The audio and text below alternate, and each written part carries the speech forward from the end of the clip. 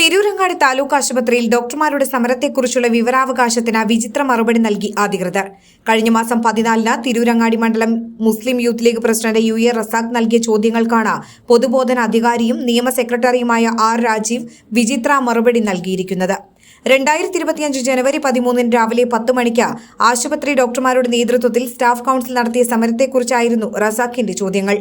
അന്നേ ദിവസം ആശുപത്രിയിൽ സമരം നടത്തിയിട്ടില്ല, പ്രതിഷേധ പ്രകടനം മാത്രമാണ് നടത്തിയതെന്നാണ് മറുപടി. ആ പരിപാടിക്ക് അനുമതിയുണ്ടോ? അനുമതിക്കായി അപേക്ഷ സമർപ്പിച്ചിട്ടുണ്ടോ? എത്ര സമയം സമരം നടത്തുന്നതിനാണ് അനുമതി? സമരക്കാരുടെ പങ്കെടുത്ത ജീവനക്കാരുടെ അന്നേ ദിവസത്തെ ഹാജർ പട്ടിക, പങ്കെടുത്ത ജീവനക്കാരുടെ തസ്തിക തിരിച്ചുള്ള വിവരം, ഡ്യൂട്ടിയിൽ നിന്ന് പുറത്തുപോയതിന് മൂവ്മെന്റ് രജിസ്റ്ററിന്റെ പകർപ്പ്, ഡ്യൂട്ടി സമയത്ത് പ്രകടനവും പ്രതിഷേധ പൊതുയോഗവും നടത്തിയതിന് ജീവനക്കാർക്കെതിരെ സ്വീകരിച്ച നടപടി എന്നിവയായിരുന്നു ചോദ്യങ്ങൾ. ഇവയ്ക്കൊന്നും മറുപടി അധികൃതർ നൽകിയിട്ടില്ല. അതേസമയം താലൂക്ക് ആശുപത്രിയിൽ കുട്ടിക്ക് ചികിത്സ നിഷേധിച്ചത് ചൂണ്ടിക്കാട്ടിയ യുവാവിനെതിരെ ഡോക്ടർ നൽകിയ പരാതിയിൽ പ്രതിയെ അറസ്റ്റ് ചെയ്യണമെന്നാവശ്യപ്പെട്ടായിരുന്നു ഡോക്ടർമാരുടെ നേതൃത്വത്തിലുള്ള സമരം.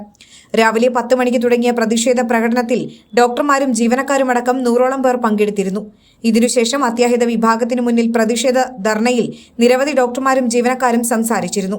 1 മണിക്കൂറിലേറെ നീണ്ട പരിപാടിയിൽ രോഗികൾ വലഞ്ഞിരുന്നു.